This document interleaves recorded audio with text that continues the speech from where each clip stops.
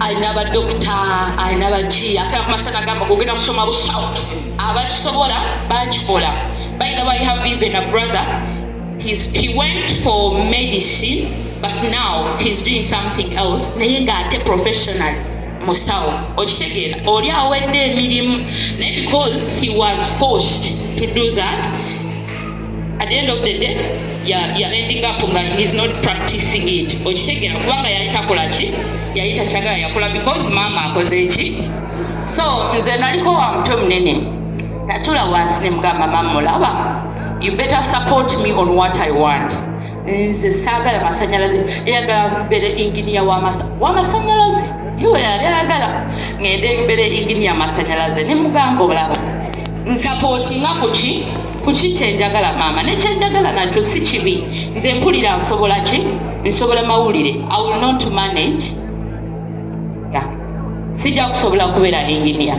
Kyamunyiza nnyo nakyankalana negamba naye olaba sigenda kuva kuki kikyenjagala nempisaamu abo ba elders abalala please munjogerereko ne maama mumubuulire because nze njagala kyempulira. Nengenda netandika okusoma nasomera wali ku Buganda Royal certificate yange eyasooka ete akagenda ku university kaali kaweramu ate ejjukira akawaayo yekyanze. So other elders abasobola okumpa ku busente I went to Buganda Royal nsome certificate yange esooka mawulire.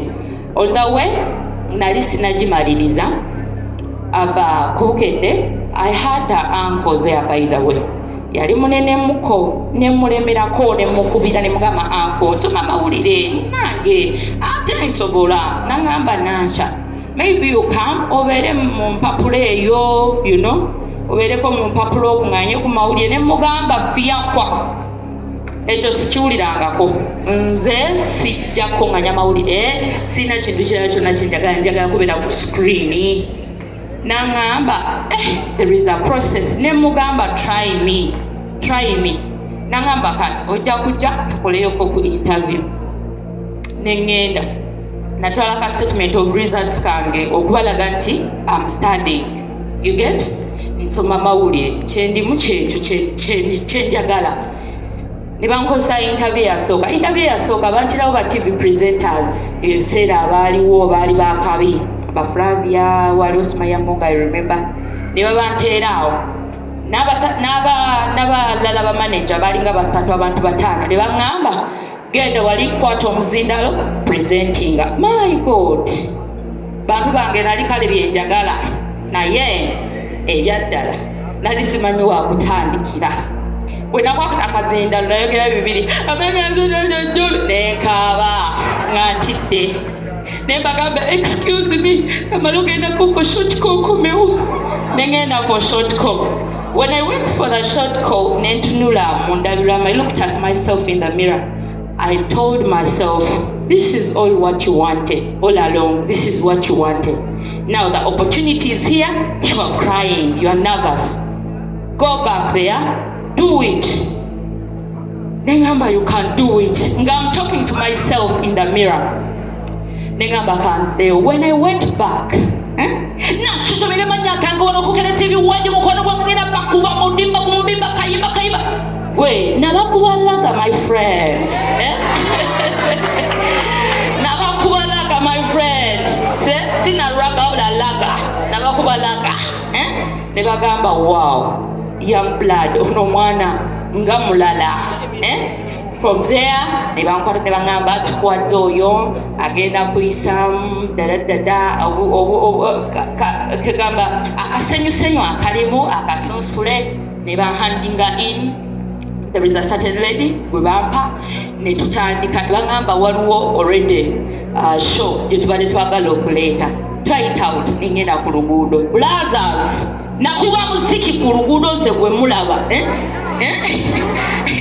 mundaba nakuba muziki ku luguudo ababoda ne basigala nga bagamba kyekyo abombutale ne basigala nga bagamba kyekyo. That's how I started my career. And let me tell you something ekyasinga okumusesa You know, when I started this journey, my mother was against it.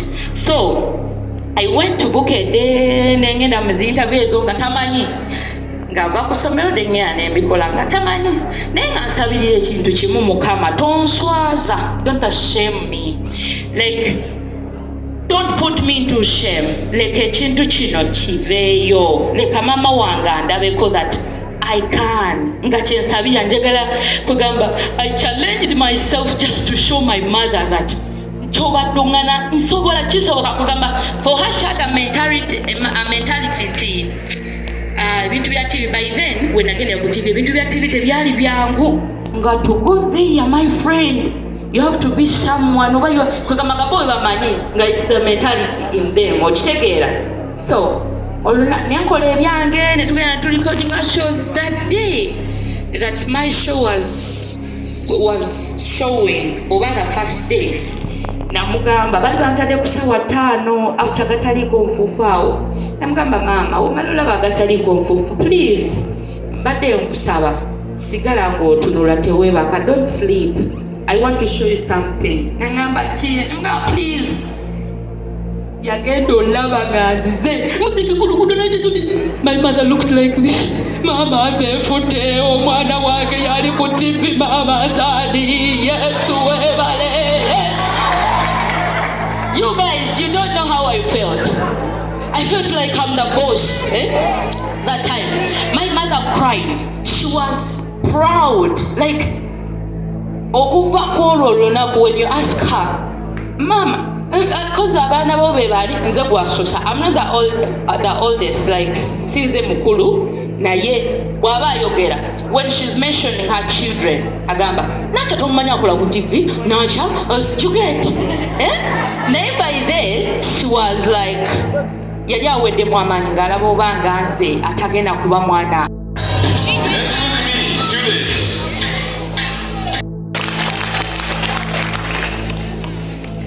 My personality is very, very difficult, and my children are talented. This is my boy, and I'm the father of Nadola. By the way,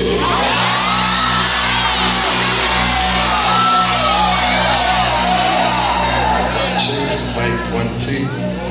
Assalamu alaikum wa rahmatullahi wa barakatuh. Kabuli John agamba abera vije Pastor Genius.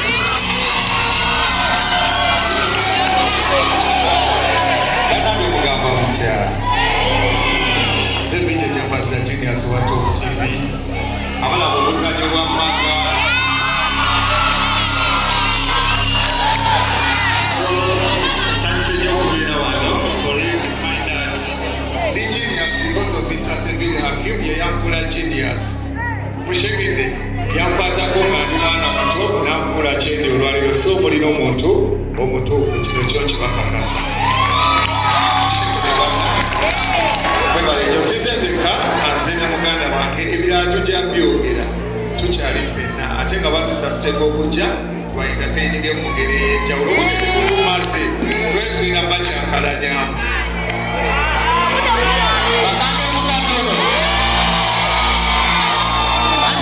Tugende maaso kati katugenda okwogerera tugenda kakwata mpola wuliriza ate wekkaanya nga bulijjo nagamba bina bijeja Pastor Genius naye olwaleero osinzidde kololo munnange emyaka 2 n'emabega abazadde baffe bagenda mu maaso ntuteekateeka wabula kye batamanya tugenda kukula tufuuka ensonga mu bulamu buno twatandika okusoma ekololo mpolampola naye ng'abazadde mama ne tata balina essubi ng'effemi mu byekigenda okulisa famire zaffe bwe twajja okusoma twasalawo tusome nga tulemeddeko mu kusoma kwaffe twagabaala okufula mulimu tukebanja bulemi bazadde baffe bwetyo twatulekoola Mr. Seville Hakim ne tugamba wano we tugenda okuyisiza obulamu bwaffe ne gye tubaako ewanjawulo